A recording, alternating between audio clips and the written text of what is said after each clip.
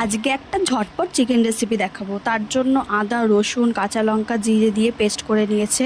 এবার মাংসর মধ্যে টক দই, পেঁয়াজ, নুন, হলুদ, বাটা মশলা, টমেটো, পেঁপে আর আলু দিয়ে মাখিয়ে নিয়েছে। মা যেহেতু আলু খায় না তাই পেঁপে দিয়েছে। তারপর সর্ষের তেল আর কাশ্মীরি লঙ্কার গুঁড়ো দিয়ে আবার মাখিয়ে নিল।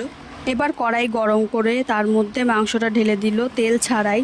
তারপরে অনেকক্ষণ ঢেকে ফুটিয়েছে, অনেকটা জল বেরোয়। এই মাংসটা রাঁধতে বেশি তেলও লাগে না, খুব অল্প পরিমাণ তেলেই হয়ে যায়। কড়াইতে তেল না দিলেই চলে, শুধু মাখার সময় তেল দিলেই চলে। এবার যে জলটা বেরিয়েছিল সেই জলটা একদম টানিয়ে নিতে হবে। তারপর পরিমাণ মতো জল দিতে হবে, গরম জল, ঝোল করার জন্য। তারপরে একটু নুন দিয়ে দিল সামান্য, দিয়ে ঢাকা দিয়ে কিছুক্ষণ ফুটিয়ে তারপর দিল গরম মশলা আর ধনেপাতা উপর দিয়ে।